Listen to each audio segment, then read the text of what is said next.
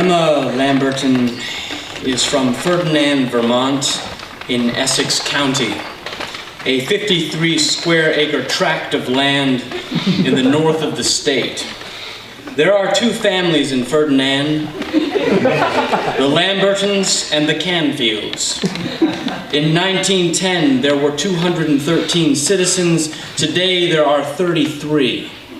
This is the result of the famous Lamberton-Canfield feud fought along the Tug Fork of the Big Sandy River.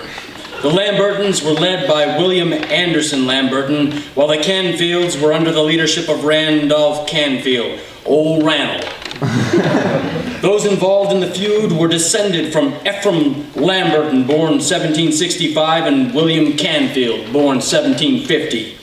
The feud has entered deep as a Vermont tick into American folklore and has become synonymous with the perils of family honor, justice, and vengeance. Emma has somehow risen above the age-old blood feud of the Lambertons. She is here tonight to read from her autobiography entitled, "I Have Fallen in Love with Jedediah Canfield, and We Are Too Mature to Poison Ourselves." Emma Lamberton.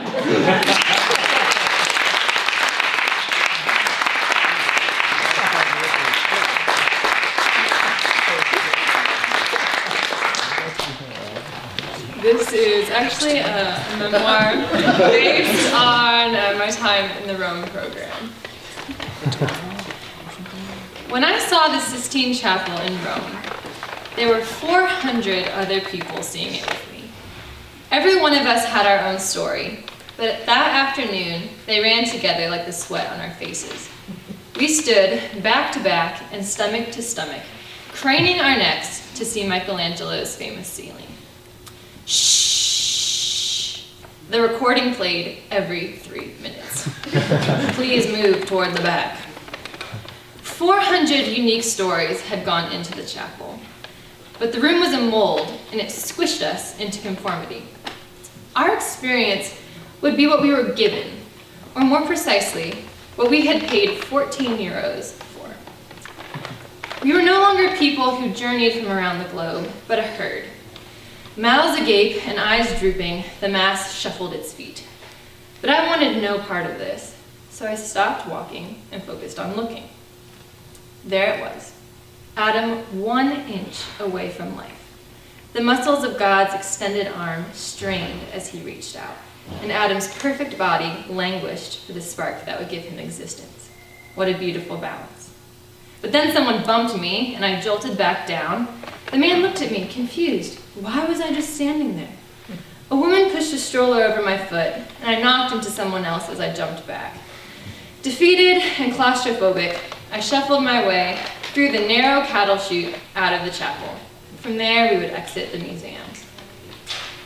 I turned back around and looked at the small, twisting hallway that spit people out of the chapel. I had come so far. I had been in it, but I hadn't seen it. 20,000 people a day walked through the chapel, and how many of them had seen it? I was angry. Angry that the only thing I would be able to tell people about the Sistine Chapel was that it was too small. I didn't have a story. I know now what it feels like for salmon to fight their way upstream. I squeezed my way back into the hall, flattened against one side, and pushed my way back into the chapel. Eric Whitaker was a much better soundtrack than the endless shushing of the museum, so I put in my earphones and fought my way along the wall.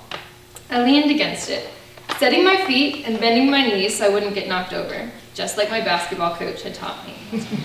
And thus began my fight for beauty. It is a sad reality of human existence that our stories often smother each other. We are drawn to beauty like moths to the light, but hide that light by casting shadows for those who come after us.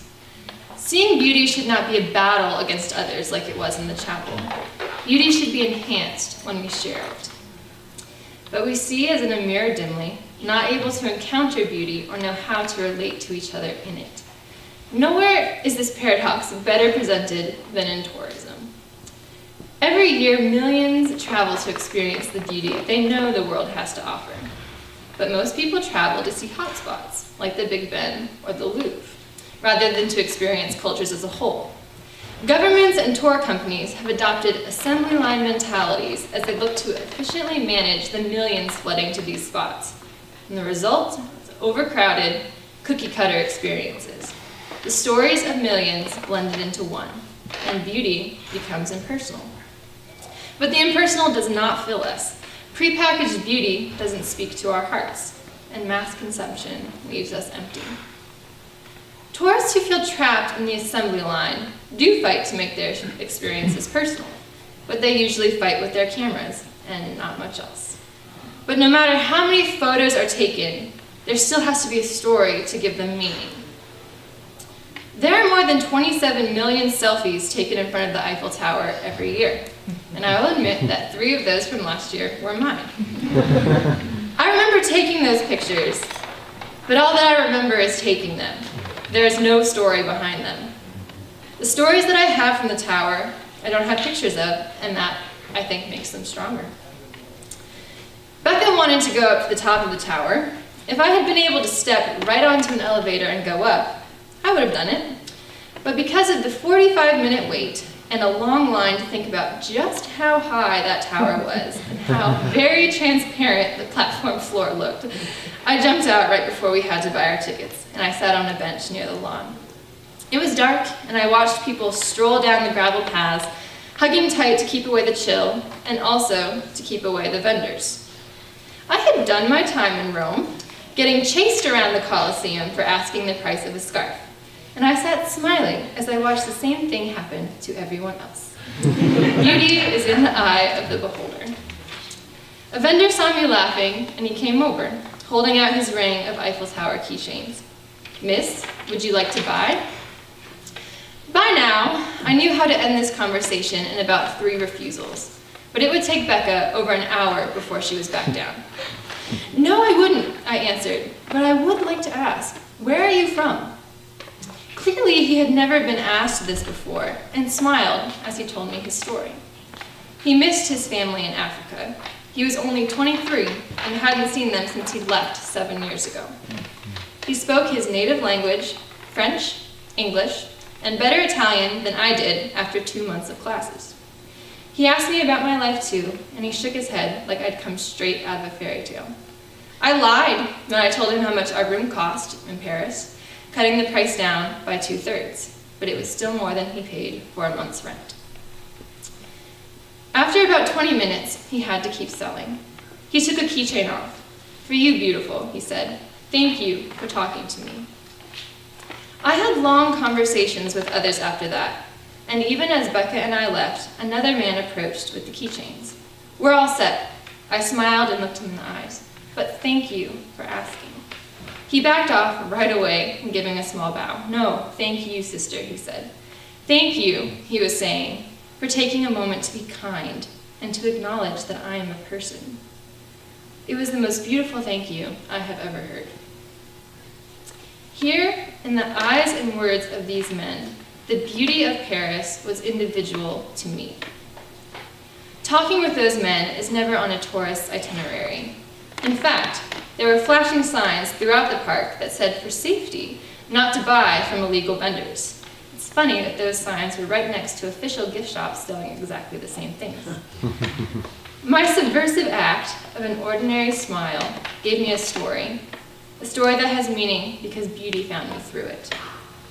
It is amazing, though, how quickly and easily our desire for beauty can become warped.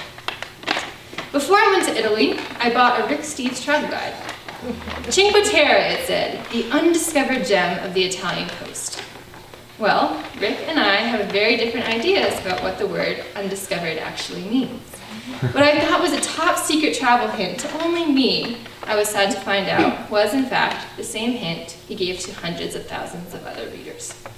The 5 small towns along the coast, and the beach in front, and the mountain trails behind, swarmed with tourists.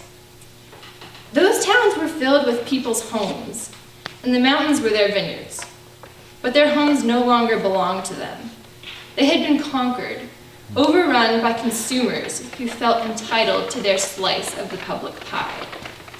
An undiscovered gem deserves to be treated with respect and viewed with wonder. In a public space, everyone feels they deserve a little piece of the beauty. There is no wonder, just demand. A public space holds little pride or respect, and this unfortunate reality causes locals to flee, leaving behind to the masses a beautiful corpse to feed on. But beauty cannot be scavenged or overrun. It simply hides to present itself to those who truly love it. We stayed in a hostel in the third city, Cornelia. It is a mountain town sitting on the edge of towering cliffs that disappear into white breakers below. The train station is at the bottom, and a bus, or 365 platform steps, will get you to the top.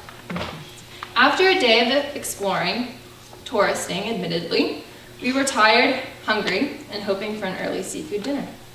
But we were fools to look for an open restaurant before 8. Defeated, we hopped on a crowded train back to Cornelia. When we got to our stop, the bus driver informed us that this was her last run up the mountain and the bus was already full. So we headed for the stairs.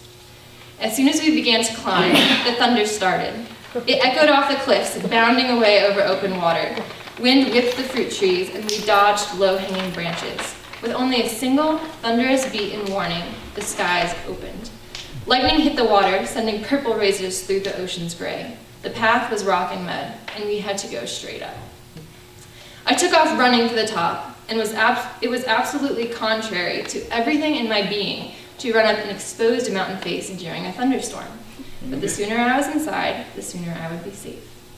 I zigzagged my way up, and I suddenly found myself alone. Lightning struck somewhere at the top of the mountain, and I ran towards it. My dripping curls bounced around my face in time to my footsteps. Dead, dead, dead, you're dead. I threw my mind in rhythm. But then I switched to the Lord's Prayer, and that helped a lot.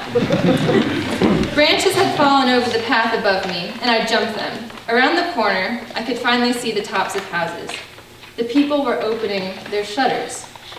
The noise of tourists constantly bombarded their homes, the insides of which were the final sanctuary.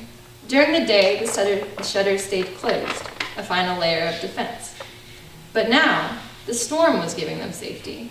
I saw children's hands poking out of the windows to catch the raindrops. At another, a woman looked out over the sea. Her hair danced. The town was breathing again. The beauty of the rain and lightning had given the town back to its people.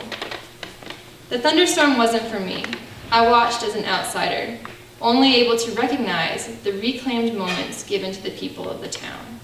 I witnessed the resilience of beauty against tourists like me and for tourists like me.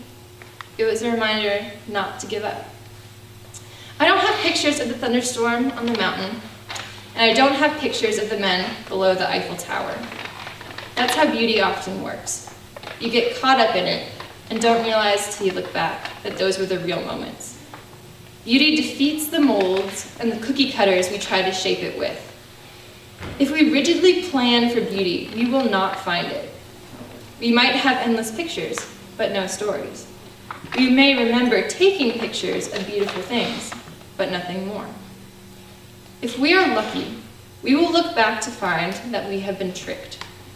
Tricked despite our best efforts to meet beauty on its own terms.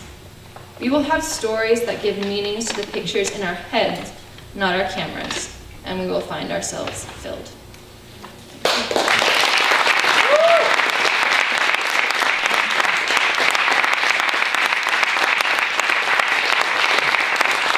Lamberton.